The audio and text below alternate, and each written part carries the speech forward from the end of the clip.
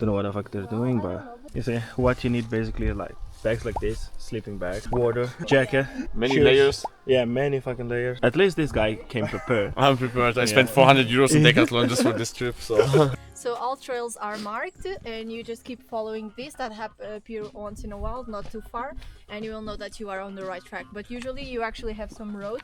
I think this is the most messed up road you can get, but unless you go up. When you go up, there's only trails, no road. Yeah.